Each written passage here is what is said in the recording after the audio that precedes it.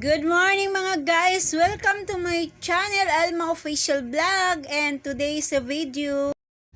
Ayan mga guys, kung mapapansin mo, naglalakad kami ni Papang papunta sa present para po magboto para sa barangay captain. Maaga po kami umalis sa bahay guys para may kasamang exercise po yung lakad namin. Sa unang paglalakad po namin, medyo sabi niya, kaya-kaya daw niya. Okay, sige. Kayang-kaya mo ha, pero sinubukan talaga namin. Ayan, okay daw, okay. Pero napapansin ko po yung mga binti po niya, sabi niya naninigas na daw. Ayan, kung mapapansin nyo, unang pahinga mga guys. Okay, lakad na naman.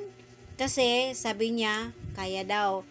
Pero alam nyo ba mga guys, pagdating namin sa dulo, parang may pagsisisi yung lakad namin kasi ayan, nagpahinga na naman. Tapos ayan mga guys, nagpahinga na naman kasi naninigas na yung kanyang muscle mga guys.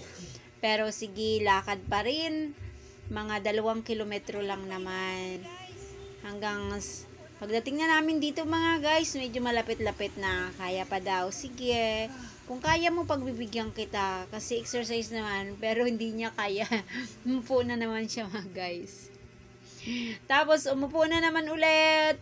Ang dami-dami naming pahinga. At sa voting area merong tagapagbantay kung sino yung mahihilo. Maaga pa kami kaya hindi karamihan ang tao pagdating namin doon. At sila yung aming tagapagbantay kung sino yung mahihilo. Ayan mga guys, done for voting. Kailangan nang umuwi. At sa mga kandidato na mananalo, sana magampanan ninyo ang inyong tungkulin sa ating barangay. Maraming salamat po for watching.